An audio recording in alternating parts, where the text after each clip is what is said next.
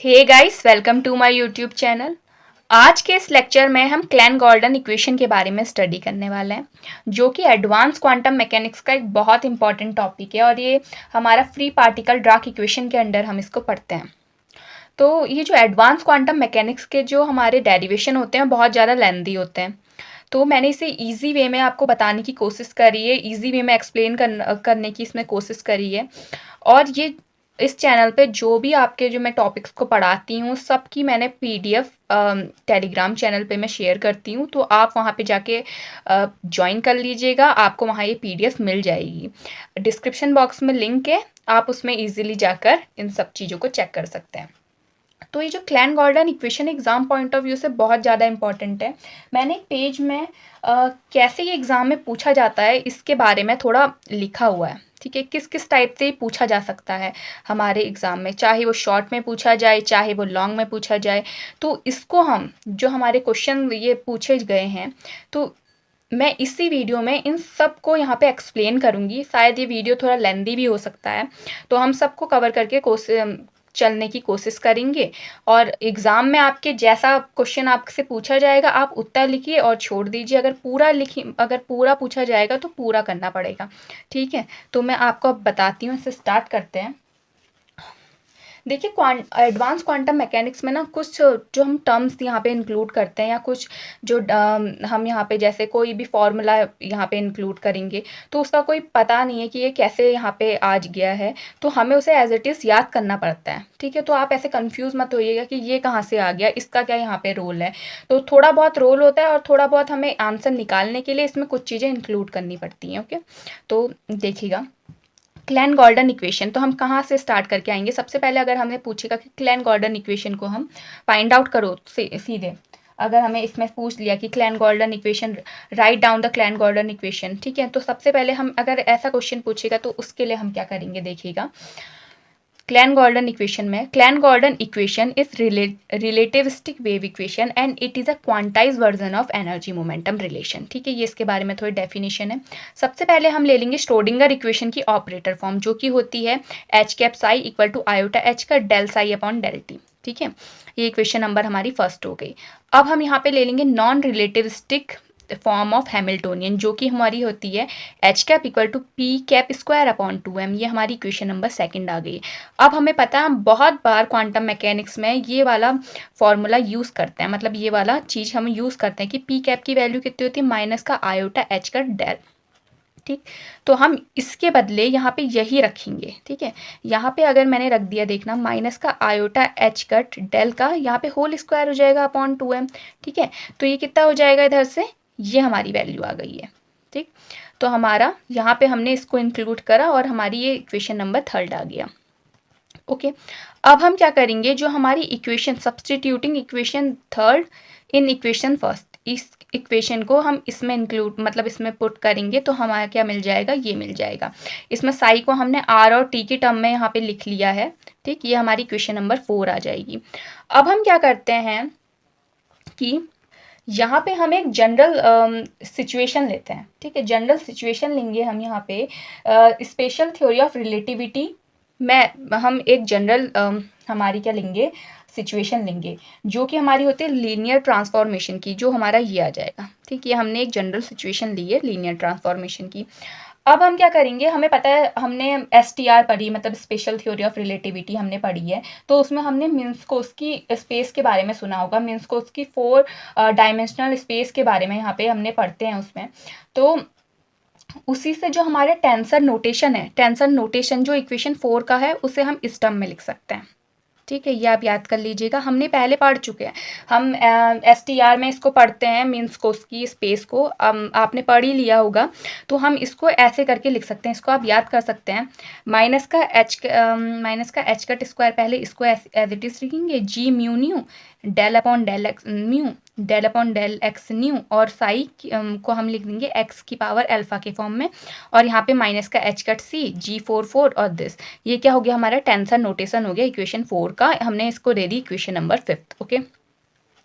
इसके बाद हम क्या करेंगे, टेंसर फॉर्म क्या होती है, जी म्यू न्यू इस मैट्रिक्स टेंसर। तो ये क्या हो जाएगा, अगर जी म्यू न्यू हमारा 1 है, 1 और 1 है कब, जब म्यू इक्वल टू न्यू होगा, और 0 होगा जब mu is does not equal to nu का, ये कंडीशंस होती हैं वहाँ पे, ठीक है। तो ये हमारा यहाँ से ये चीज़ आ जाएगी, ठीक है। x⁴ इक्वल टू ICT हम बहुत जगह यूज़ करते हैं। अब यहाँ पे मेन चीज़ यहाँ पे स्टार्ट होती है, अभी तो हम इसको कर रहे थे, अब यहाँ पे हम लेंगे so let the relativistic Hamiltonian for free particle, ठीक है। हम क्या लेंगे, रिलेटिविस्टिक हैमिल्टोनियन लेंगे, जो कि क्या होगा, H⁻ equal to E equal to plus minus p² c² plus m² c⁴ की पावर हाफ, ये हम इक्वेशन नंबर 6 ले लेंगे। अब यहाँ पे हमारी दो कंडीशन आती हैं, ठीक है। यहाँ पे हमारी दो जो हमारा इंटरप्रिटेशन आती है, देखिए हमने क्वेश्चन में भी ये पूछा गया है, इसमें देखिएगा, जैसे हमें बोल दिया कि find out the Klein Gordon equation and so that it contains both positive and negative energy solution, ठीक है। तो यहीं से स्टार्ट होता है, क्योंकि यहाँ पे पॉजिटिव और नेगेटिव दोनों हमारे सॉल्यूशन आ रहे हैं, मतलब साइन आते हैं, तो यहाँ से हम ये डेरिवेशन को स्टार्ट करते हैं। तो आप समझ पा रहे होंगे, रिलेट कर पा रहे होंगे कि हम कैसे यहाँ पे सॉल्व करते हैं। तो इसके बाद हम ये ले लेते हैं, यहाँ पे क्या है, 2 डिफिकल्टीज मिली हमें, ठीक है। फर्स्ट डिफिकल्टीज क्या थी, ये पॉजिटिव और नेगेटिव साइन, ठीक है, जो कि मैंने आपको कहा। और सेकंड क्या है, अभी हम आगे पढ़ते हैं इसके बारे में। तो मैं आपको ये क्वेश्चन में दिखा देती हूँ, यहाँ पे देखिएगा, जैसे हमें यहाँ पे पूछा गया, देखना, find out the Klein Gordon equation and so that the contains both positive and negative energy solution. तो ये कहाँ से स्टार्ट होता है, ये यहीं से, जो 2 डिफिकल्टीज हमारी आई हैं, यहाँ से हम इसका डेरिवेशन स्टार्ट करते हैं। तो सबसे पहले जो डिफिकल्टी है हमारी, वो यही है कि पॉजिटिव और नेगेटिव साइन, ठीक। सेकेंड डिफिकल्टीज हम अभी आगे पढ़ेंगे। तो हम क्या करते हैं, यहाँ पे जो पुटिंग इक्वेशन 6, जो हमारी इक्वेशन 6 है, उसे इक्वेशन नंबर फर्स्ट में पुट करते हैं। तो इक्वेशन नंबर फर्स्ट हमारा क्या है, आयोटा H का del psi upon del t, इसमें हम पुट करेंगे। और जो P है हमारा, जो P हमारी जो यहाँ पे वैल्यू आएगी, P के बदले हम रखेंगे माइनस का आयोटा H का डेल, ओके। तो हमारी इक्वेशन ये टर्न आउट हो जाएगी ऐसे, ये हम ले लेंगे इक्वेशन नंबर 7। अब इसके बाद हम क्या देखते हैं, जो हमारी इक्वेशन 7 हमारी जो अभी पीछे हमने शो करी थी, वो क्या है, लॉरेंज इनवेरिएंस है, ठीक है। तो इसमें मॉडिफिकेशन हमें करना पड़ेगा, और यही जो मॉडिफिकेशन है वो हम करेंगे क्लेन गॉल्डन इक्वेशन की हेल्प से, ठीक हो गया। फिर हम क्या करेंगे, जो हमने ये इक्वेशन ले ली, जो हमने पीछे इक्वेशन नंबर फर्स्ट ली थी, अब दोनों को क्या करेंगे, ऑपरेट कर लेंगे H⁻ से। तो दोनों साइड हम मल्टीप्लाई कर लेंगे, मल्टीप्लाई करेंगे तो यहाँ पे H⁻ का स्क्वायर आ जाएगा, और यहाँ पे ये आ जाएगा। अब यहाँ पे आयोटा H का डेल अपॉन डेल टी हम बाहर ले लेंगे, H⁻ साई ले लेंगे, H⁻ साई के बदले हम यहाँ पे ये रख लेंगे। यहाँ से क्या हो जाएगा, देखना, आयोटा का स्क्वायर तो माइनस का 1 आ जाएगा, माइनस वैल्यू आ गई। H⁻, तो माइनस मतलब H⁻ स्क्वायर आ जाएगा, और ऐसे डेल बाई डेल टी और डेल अपॉन डेल टी, तो del square upon del t square, और यहाँ पे साई वाला टर्म ये। तो ये जो हमारी इक्वेशन आई है, जो इक्वेशन नंबर 8 आई है, इसी को क्या कहते हैं हम, क्लेन गॉल्डन इक्वेशन कहते हैं, ठीक। फॉर रिलेटिविस्टिक, और इसे हम कह सकते हैं कि रिलेटिविस्टिक श्रोडिंगर इक्वेशन। अब आप देखिएगा, अगर आपको एग्जाम में ऐसा पूछा जाए कि क्लेन गॉल्डन इक्वेशन क्या है, या आपको थोड़ा घुमा के अगर क्वेश्चन दे दे कि रिलेटिविस्टिक श्रोडिंगर इक्वेशन निकाले क्लेन गॉल्डन की, तो आप यहाँ तक का करके आएंगे। समझ आ रहा है, ठीक। अगर आप को ऐसा बोल दे कि फॉर अ फ्री पार्टिकल निकालें, ठीक है, फ्री पार्टिकल निकालें, तो आपको इससे आगे डेरिवेशन करना पड़ेगा। तो फ्री पार्टिकल के लिए हम क्या करेंगे, H⁻² इक्वल टू वही वाली जो इक्वेशन हमने पीछे ली है वो ये ले ली। यहाँ पे P इक्वल टू माइनस का आयोटा H का डेल ले लेंगे, ये वाली वैल्यू इसमें पुट करके इक्वेशन नंबर 9 निकाल लेंगे। अब now using the value of H⁻² in equation 8, ठीक है, इसमें हम वैल्यू पुट करेंगे तो हमें ये मिल जाएगा। यहाँ से ये माइनस वाले टर्म को इस साइड लाके इक्वल टू 0 कर लेंगे। अब ये जो होल इक्वेशन है, इसको हम माइनस का H⁻ मतलब H⁻ स्क्वायर और C² से अगर मल्टीप्लाई करेंगे, तो यहाँ पे देखना, अगर इसे मल्टीप्लाई मतलब डिवाइड करेंगे तो यहाँ पे डेल स्क्वायर बचेगा, ठीक। अब इस वाली इक्वेशन को देखिए, माइनस लग जाएगा आगे से, क्योंकि हम इससे डिवाइड कर रहे हैं।